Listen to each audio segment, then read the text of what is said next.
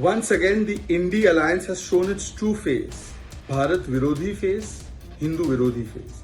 DMK's leader Stalin, the statement he has made comparing Sanatan Dharma with diseases, and has also said that Sanatan Dharma should be terminated, should be finished, should be extinguished. This is nothing less than a genocidal call, and it has been supported by Karti Chidambaram of the Congress Party. This shows the mindset of this alliance. It's not a one-off statement. Samajwadi Party says that Hindu Dharma is a dhoka. IUML had raised genocidal calls against Hindus in Kasaragod. MMK made a poster mocking Prabhu Shri Ram.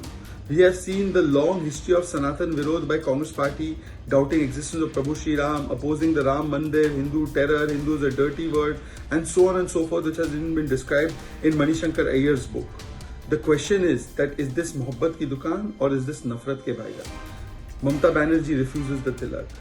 This is the long pattern of Sanatan Virod.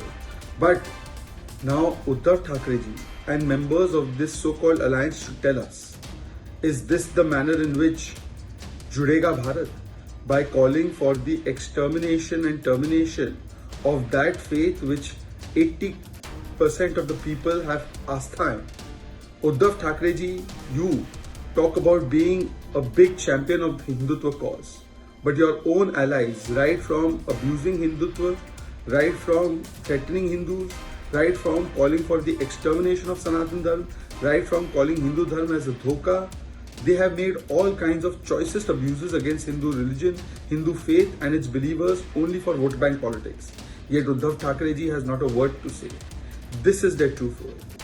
Rahul Gandhi claims to be a Janyudhari Hindu, a true Shiv Bhakt.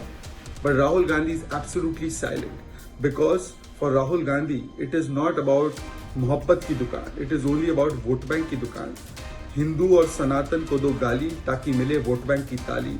This is the motto of his Nafrat ke mega mall and Nafrat ki mega store. INDI alliance का भारत विरोधी और हिंदू विरोधी चेहरा आज साफ तरीके से उजागर हो चुका है। जिस प्रकार से डीएमके जो इंडी अलायंस का हिस्सा है, उसके नेता उदयनिधि स्टालिन कहते हैं कि वो न केवल सनातन धर्म का विरोध करते हैं, बल्कि उसकी तुलना बीमारियों से करते हुए उसको नस्तनाबूद खत्म करने की बात करते हैं। मतलब कि जिस धर्म में 80% लोगों की भारत में मान्यता है, उसी को समाप्त करना है, उसके अंदर आस्था रखने वाले लोगों को एक प्रकार से समाप्त करना है। ये बात जब वो कहते हैं और इसका समर्थन कांग्रेस पार्टी के कार्ति चिदम्बरम भी करते हैं, क्या यही मोहब्बत की दुकान है राहुल गांधी जी? और ये कोई हैरानी की बात नहीं है। इनके गठबंधन से समाजवादी पार्टी का अभी बयान आया था कि हिंदू धर्म धोखा है। इनके पार्टी से आरजेडी का किस प्रकार का बयान आता है वो भी हमने देखा है। आईयूएमएल ने हिंदुओं के नरसंहार के नारे लगाए, एमएमके ने प्रभु श्री राम का अपमान किया, और जो मेन है कांग्रेस पार्टी, उसका तो एक लंबा चरित्र है सनातन विरोध और हिंदू विरोध का। हिंदू टेरर, प्रभु श्री राम है ही नहीं, राम मंदिर का विरोध, ये तो अभी मणिशंकर अय्यर ने भी बताया है कि किस प्रकार से सनातन विरोधी डीएनए है कांग्रेस पार्टी का। सवाल ये बनता है कि क्या सनातन धर्म को नस्तनाबूद और खत्म करने से, उसके मानने वालों को खत्म करने से जुड़ेगा भारत इनके हिसाब से? और जो उद्धव ठाकरे जी जैसे लोग हैं जो अपने आप को हिंदुत्व का सबसे बड़ा पुरोधा बताते हैं, क्या कहेंगे वो?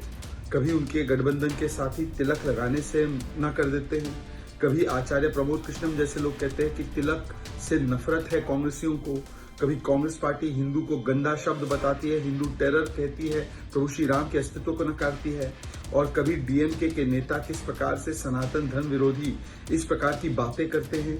तो ये सीधे सीधे दिखता है ये मोहब्बत की दुकान नहीं, ये नफरत के भाईजान है, केवल वोट बैंक के लिए, ताकि वोट बैंक की मिले ताली